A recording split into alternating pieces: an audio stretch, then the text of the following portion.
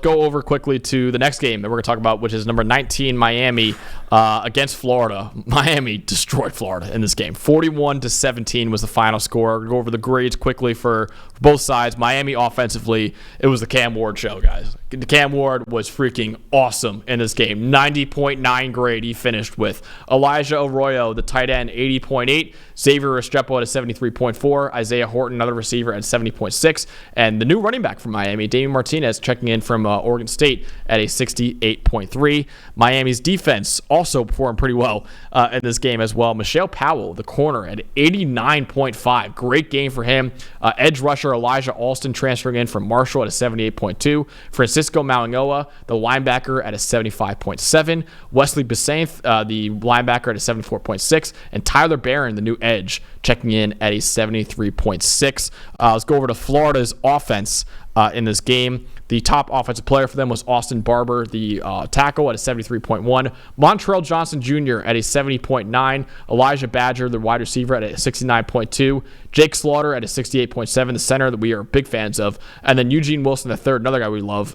the wide receiver, at a 67.8. And then finally rounding it out with the Florida defense in this game, linebacker Grayson Howard at an 80.2. Desmond Watson, maybe everyone's favorite player in college football, I think the 440-pound D tackle, at a 73.1, so great game for him.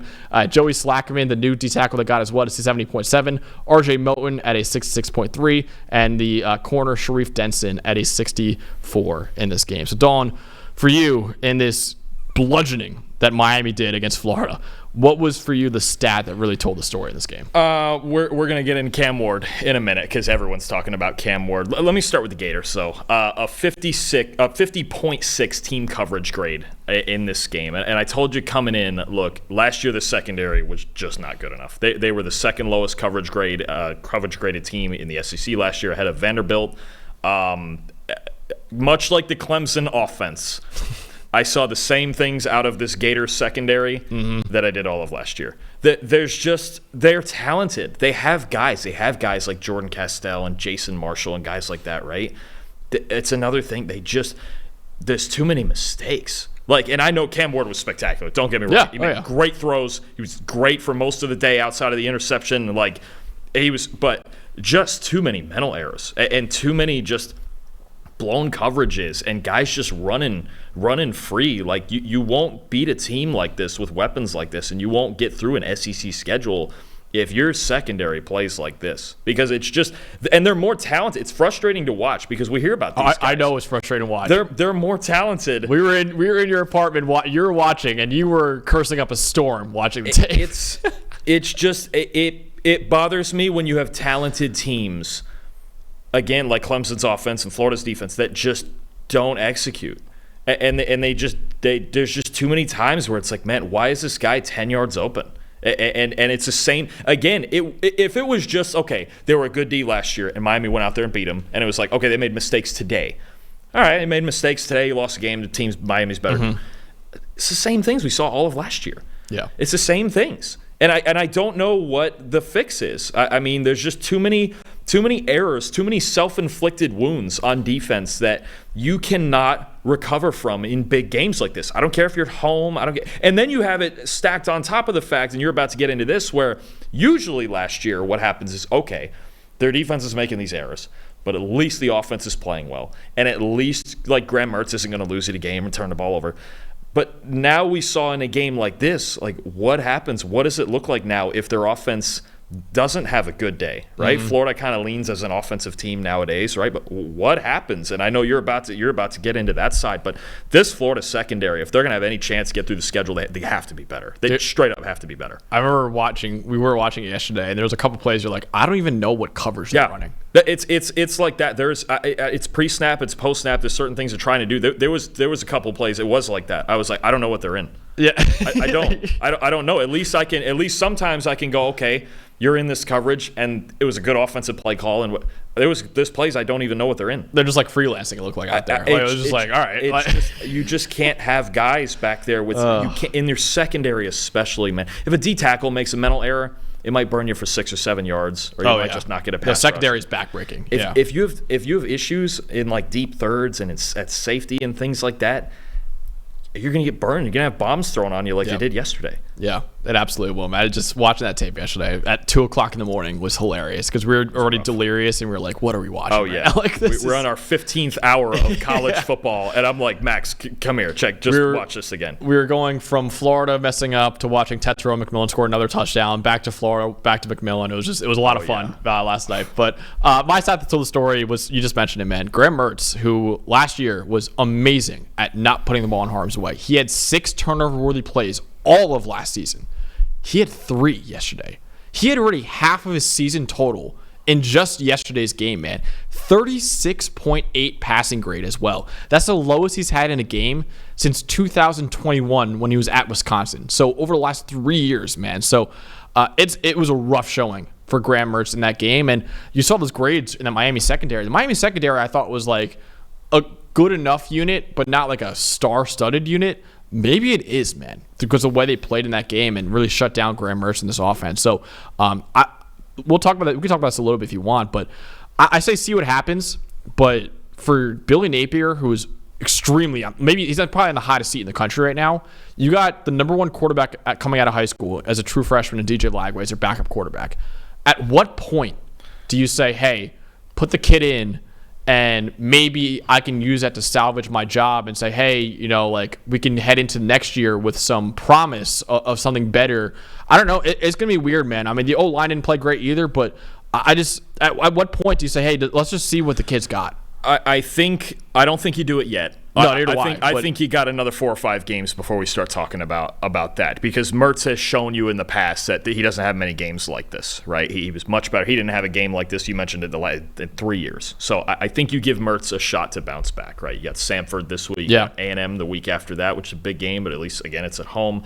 You let Mertz try to bounce back, and you try to get this offense rolling. You can't make these changes after one game. The other part is you've got a Miami defense that was just – they were on it. They were on it yesterday, man. We talked about – first, I'm going to get to my most impressive guy in a second in this rant, but we're going to get to the Miami defensive line. That's a unit. Yep. That's an absolute unit. We were hyping it up all offseason. There's so much talent. Even Ruben Bain went out the first drive with an injury, and then I think came back later in the game. But Tyler Barron – monster. Elijah Alston had a great game. Elijah Alston from Marshall had a great game. Simeon Barrow had a really nice game. Mesidor is working back into the groove.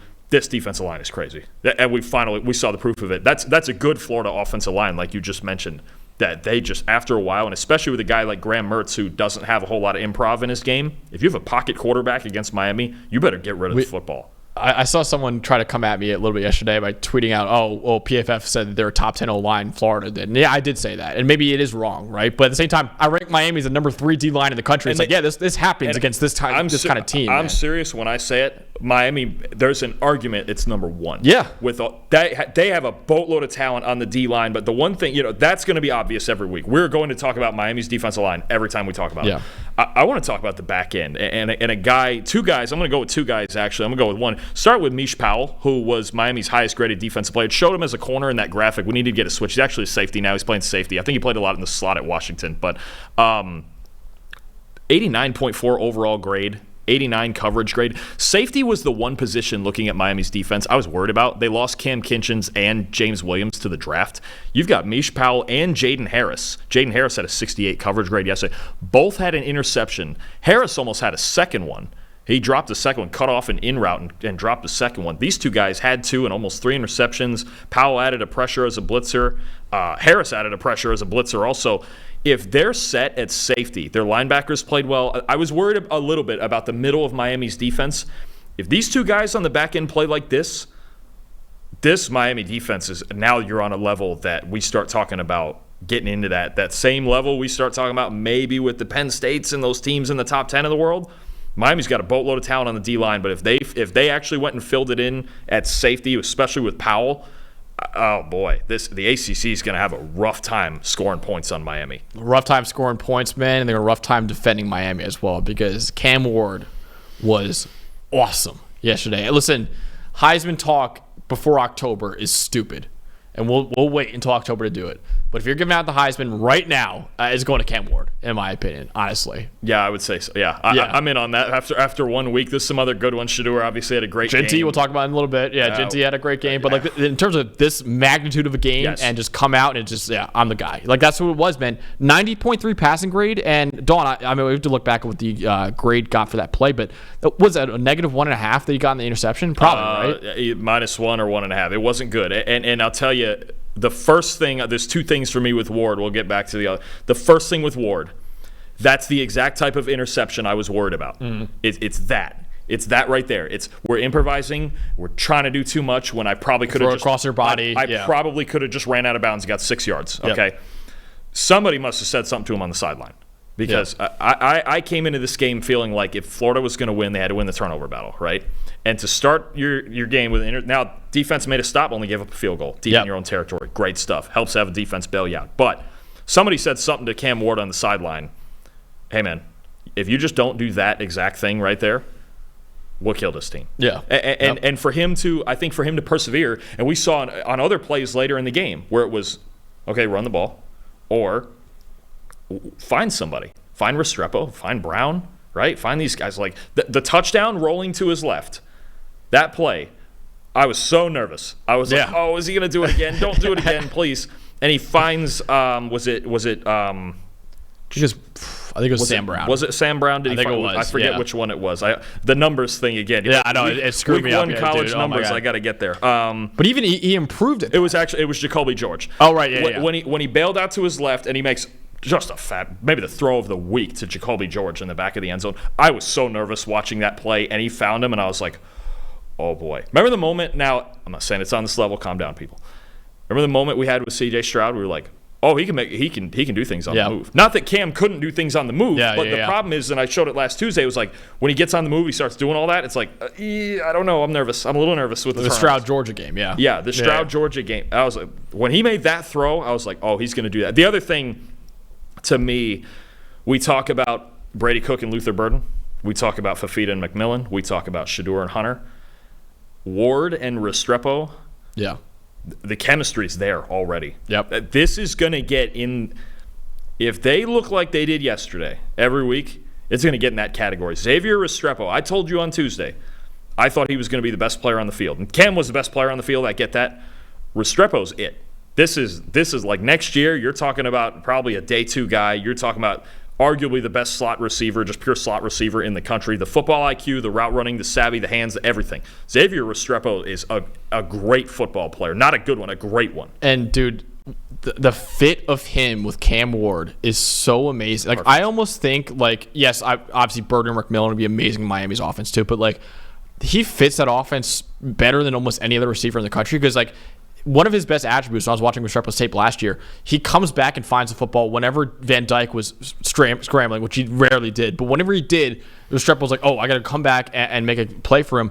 And that's the thing with Cam Ward is like when he does scramble, there's some of the times the receivers just kept running their routes. And it's like, no, now Restrepo comes back to him. He's like, hey, I'm open. Don't make a boneheaded play. Throw to me. I'm open. And he did it yesterday. And it's like, dude, if they do that, and if Cam Ward is scrambling and doing that, they're unstoppable, man. And Cam Ward yesterday, 90.3 passing grade, 385 passing yards, 3 touchdowns, 4 big-time throws, and a turnover-worthy play. And the fact that he had a 90.3 passing grade, Dalton, with a horrible interception, like that just shows how elite his ceiling is, man. And listen, he looked like a legit Heisman candidate and an NFL prospect too, man. And if he keeps playing like that and the Miami defense keeps playing like that, they're going to steamroll the ACC, man. Honestly, like it was really impressive. Yeah, I get it was Florida, and yeah, we'll see what they do in future weeks. But dude, Cam Ward was on fire yesterday. I thought he was the most impressive player in the country. Yeah, and look, Restrepo too. I want to go back one more time on this too, because not just out of rhythm, in rhythm stuff too. And there's just little things, and they seem like simple things. Like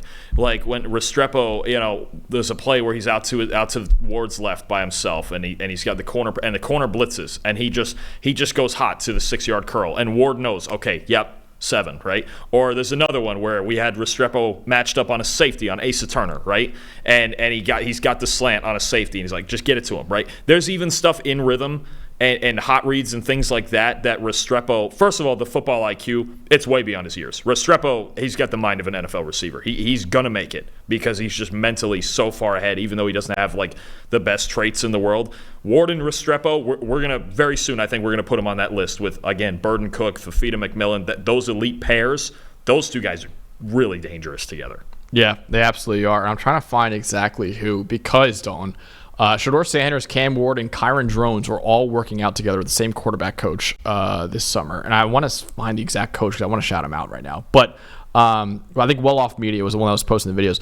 All three of them, dude, they looked awesome. Drones had some nice plays in that Vandy game that I know there were some rough ones, but Shedeur we'll get into in a little bit. He looked awesome, and Cam Ward looked awesome too. So shout out to that quarterback coach, and shout out to playing for birdies, in our chat, who shouted that out as well, because I forgot about that. And yeah, Shedeur and Kyron Drones were all working out together this summer. So they looked really, really good. So